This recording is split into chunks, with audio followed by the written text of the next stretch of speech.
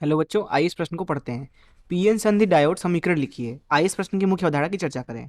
मान लीजिए हमारे पास में एक पीएन संधि डायोड है। तो पीएन संधि डायोड में एक फलक पी होता है, दूसरा फलक एन होता है। इधर का फलक पी हो गया, इधर का फलक एन हो गया। दरअसल जो पी फलक है उसमें होल की संख्या ज्यादा होती है और एन फलक में इलेक्ट्रॉनों की संख्या ज्यादा होती है। तथा यहाँ पे है अवक्षय परत। पी की तरफ में ऋण परत होता है, एन की तरफ में धन परत।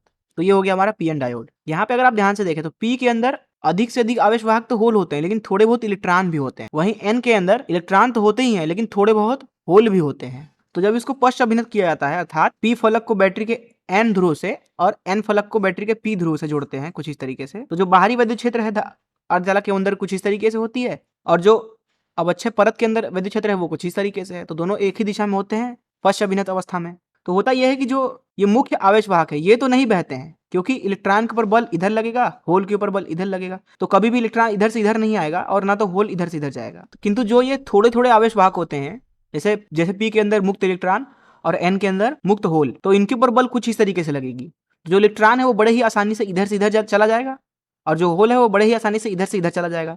लेकिन इन आवेश वाहकों की जो संख्या होती है वो बहुत ही कम होती है। इसकी वजह से जो ये पश्च अभिनत में धारा मिलती है इधर की दिशा में, वो दरअसल धारा बहुत ही कम होती है। तो ये धारा भी बहुत ही कम होती है, क्योंकि जो ये आवेश वाहक है पीएन संधि डायोड के अंदर वो भी कम है।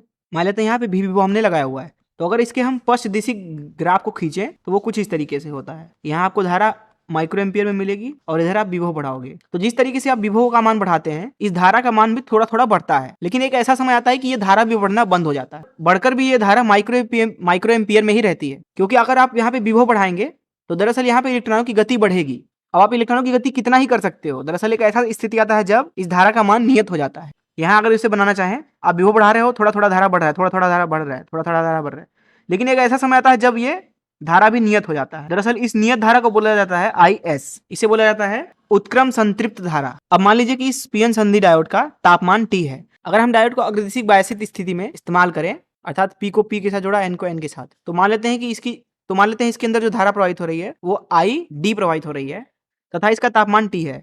ऐसी स्थिति में इस डायोड के लिए जो ID का मान लिखा जाता है वो लिखा जाता है ID बराबर IS, जैसा कि यहाँ पे आप देख सकते हैं। और इसमें गुणा करते हैं हम E की पावर में V बटा जीटा गुणे VT का, और यहाँ -1 करते हैं। यहाँ पे जो ये V है ये दरअसल डायोड के ऊपर लगाया गया विभव है। जीटा जो यहाँ पे आप देख सकते हैं, दरअसल ये अलग अलग अर्धचालकों के लिए अलग अलग होता है। जैसे अगर आप बात करें जीटा के जर्मेनियम के लिए, तो जर्मेनियम के लिए इसका मान 1 होता है। सिलिकॉन के लिए अगर बात करें तो सिलिकॉन के लिए इसका मान 2 होता है। वही जो यहाँ पे आप VT देख सकते हैं, दरअसल ये कुछ और नहीं बल्कि तापमान भागे 11600, ये आपका डायोड समीकरण।